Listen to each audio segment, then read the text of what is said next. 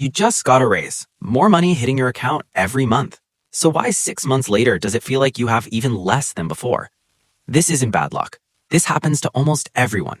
And once you understand why, you'll never think about a pay raise the same way again. Most people believe one thing deeply. If I just earned more, everything would be fine. More income, less stress. The math seems obvious. But here's what actually happens. You get the raise. For a few weeks, life feels different. Then slowly, quietly, your expenses start rising to meet your new income. A nicer apartment, eating out more, a car upgrade, better clothes. Each decision feels completely reasonable. You worked hard, you deserve it. But before long, you're just as financially stretched as you were before, except now you're doing it at a higher price tag.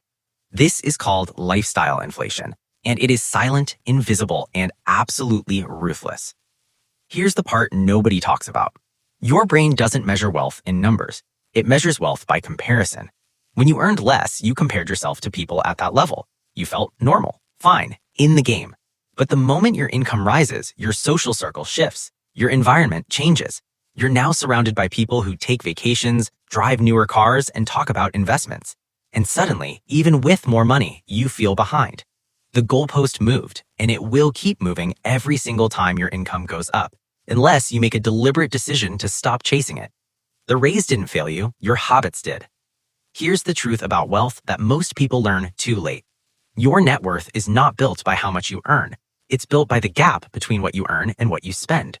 A person earning $40,000 and saving 20% is building more real wealth than someone earning $80,000 and saving nothing. The number on your paycheck is not the finish line. The finish line is what you actually keep. Next time your income goes up, try this one rule before anything else. Before you upgrade your lifestyle, upgrade your savings rate first.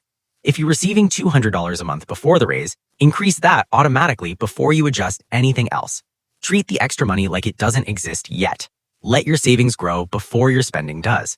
This one habit breaks the salary trap completely, because the trap only works when you spend first and save whatever is left, which is usually nothing.